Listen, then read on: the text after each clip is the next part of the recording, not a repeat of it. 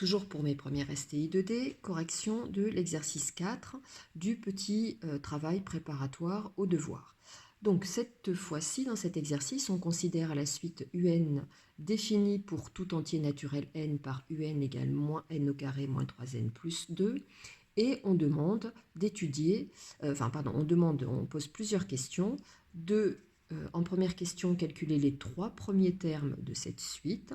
Donc, le premier terme, c'est U0 qui vaut moins 0 au carré, moins 3 fois 0 plus 2, qui vaut donc 2. Le deuxième terme, U1 moins 1 au carré, moins 3 fois 1 plus 2.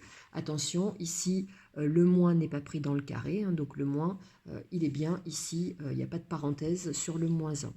Donc, ce qui donne moins 1, moins 3, donc moins 4 plus 2, moins 2.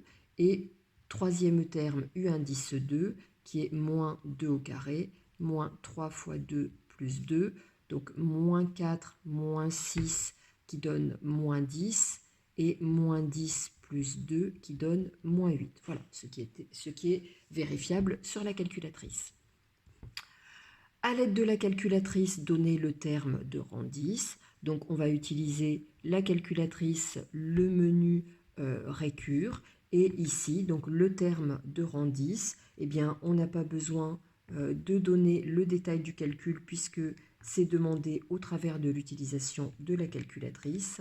Et ce terme de rang 10 qui est U10, à ne pas confondre avec dixième terme qui ne serait pas U10, U10 est égal à moins 128.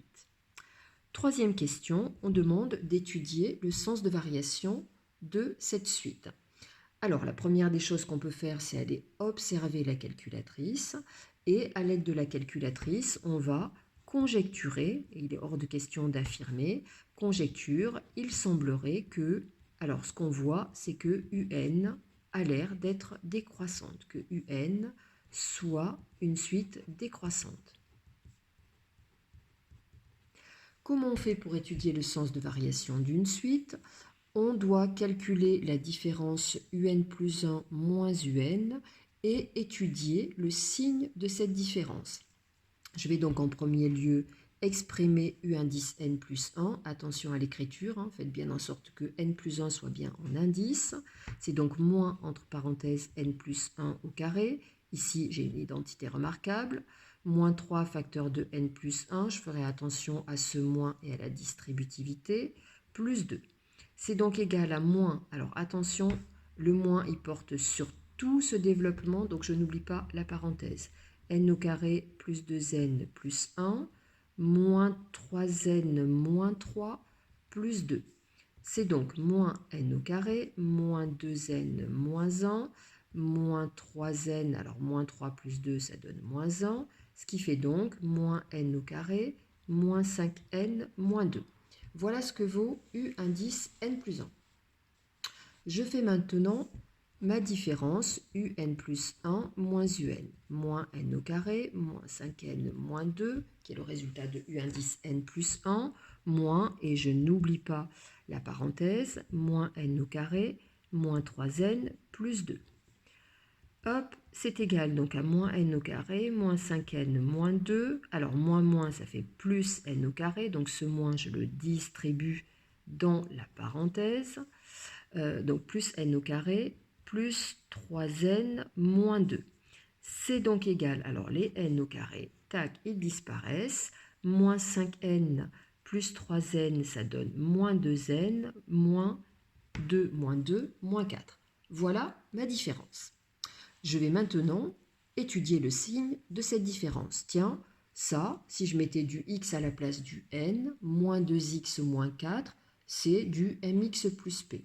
Je peux donc faire un tableau de signes, comme j'ai l'habitude de le faire. Attention, la variable c'est n. N est un entier naturel, donc il va de 0 à plus l'infini. Moins 2n moins 4, hop, je lève un petit peu la feuille, égale 0. Cela donne moins 2n égale 4. Donc n égale 4 sur moins 2, donc moins 2. Alors moins 2, il n'est pas là-dedans, il serait ici, hop, à gauche du tableau. Donc là, vous l'écrivez au crayon de bois, parce que c'est un peu bizarre de mettre un moins 2 ici. Donc le coefficient, alors je vais éviter de mettre un m, parce que m et n, c'est presque pareil. Le coefficient directeur, c'est moins 2, il est négatif. L'allure de la droite qui irait avec, donc hop, on a ici le moins 2 qui est la racine. Donc là, le coefficient directeur et la racine sont les mêmes. Voilà, on a une droite qui aurait cette allure-là. Donc, plus avant moins 2 et moins ensuite. Et donc, notre un plus 1 moins un, eh bien, on est dans la partie où il est négatif tout le temps. Donc, on vient de prouver que un plus 1 moins un est strictement négatif pour tout n. Donc, que un plus 1 est strictement plus petit que un et que la suite un est bien une suite décroissante. Voilà pour cette question 1. Je vais faire la question 2 dans une autre vidéo. À très bientôt.